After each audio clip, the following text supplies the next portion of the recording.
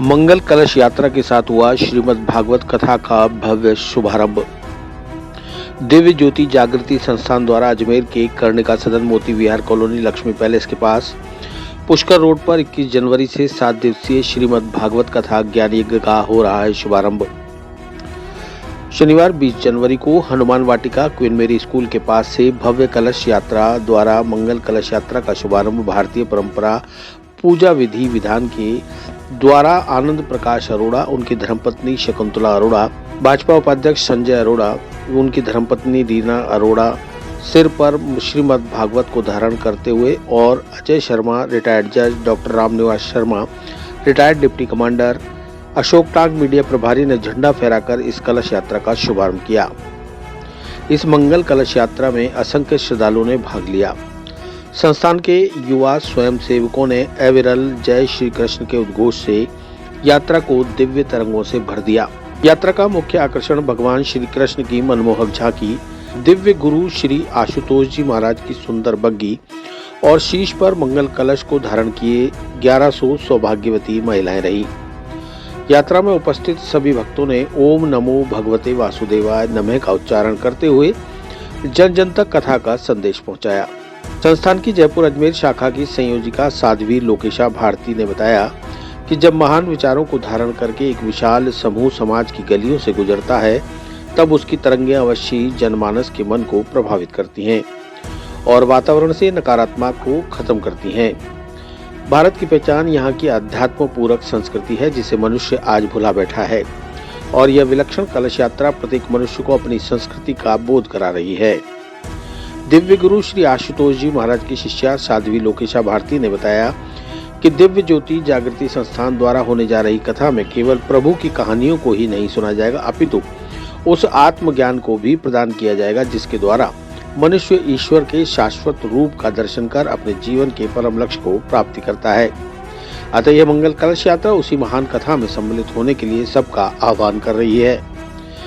भव्य कलश यात्रा कई इलाकों से होती हुई कथा स्थल पहुंची, जिसके पश्चात महिलाओं ने अपने अपने कलश को मंच पर स्थापित किया। उसके बाद केशव माधव परमात्मा मंडल की ओर से श्री सुंदरकांड पाठ का भव्य आयोजन किया गया।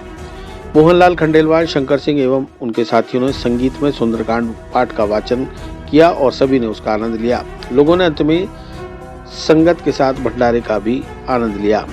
दिव्य ज्योति जागृति संस्थान एक आध्यात्मिक एवं सामाजिक संस्थान है जो गत 4 दशकों से दिव्य गुरु श्री आशुतोष जी महाराज के मार्गदर्शन में ब्रह्म ज्ञान द्वारा विश्व शांति के महान लक्ष्य को प्राप्त करने के हेतु कार्यरत है।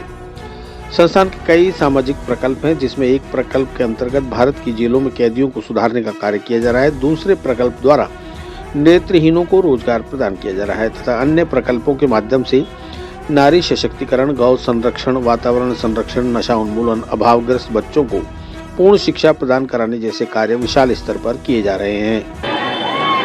दिव्य ज्योति जागृति संस्थान की ओर से आज हनुमान वाटिका से अजमेर में बहुत ही सुंदर भव्य कलश यात्रा का आयोजन किया गया, जिसमें हजारों महिलाओं ने भाग लिया और इसमें एक बहुत ही सुंदर एग्जीबिशन भी साथ चलती रही मंथन प्रकल्प के अंतर्गत। और यहाँ पर जितनी भी महिलाएं आई वो सभी बहुत उत्साहित थी और ये सत्य ही है। हमारे धार्मिक ग्रंथों के भीतर कहा गया है कि जब सकारात्मक ऊर्जा से भरे हुए ईश्वर भाव से जुड़कर जब अनंत लोग एक साथ सर्वे भवन्तु सुखिनः सर्वे सन्तु निरामया का उद्घोष लेकर आगे बढ़ते हैं तो फिर सारा जो विश्व है वो भी आंदोलित हो जाता है। सकारात्मक ऊर्जा कण कण को ऊर्जा मान करती है और चारों ओर ईश्वरीय भक्ति की हो जाती है। आप देख रहे हैं मंच पर हमारे मुख्य यजमान उपस्थित हैं और यहाँ पर इतनी महिलाएं जो बहुत ही उत्साहित होकर यहाँ बैठी हैं और प्रभु के कार्य में अपने तन मन धन सबको अर्पित किया है। और यहाँ अजमेर के सभी क्षेत्र निवासियों को हमारा ये आग्रह है कि ये विलक्षण कथा सुनने के लिए आप इस सुंदर पंडाल में कर्णिका सदन में अवश्य पधारें और ईश्वर का दर्शन अपने घट के भीतर प्राप्त करें, क्योंकि हमारे जीवन का, मनुष्य जीवन का ये परम लक्ष्य होता है प्रभु का साक्षात्कार। स्वामी विवेकानंद जी ने पूरे विश्व के भीतर एक उद्घोष किया था शिकागो में कि धर्म को यदि जानना है तो धर्म का मतलब है realisation of God is religion. ईश्वर को देख लेना ही धर्म है। तो जब हम ईश्वर को अपने भीतर देख लेंगे तो सारा विश्व एक कुटुंब की भांति दिखाई देगा और हम इस सारे विश्व के लिए सद्भावना और श्रद्धा संचारित कर पाएंगे।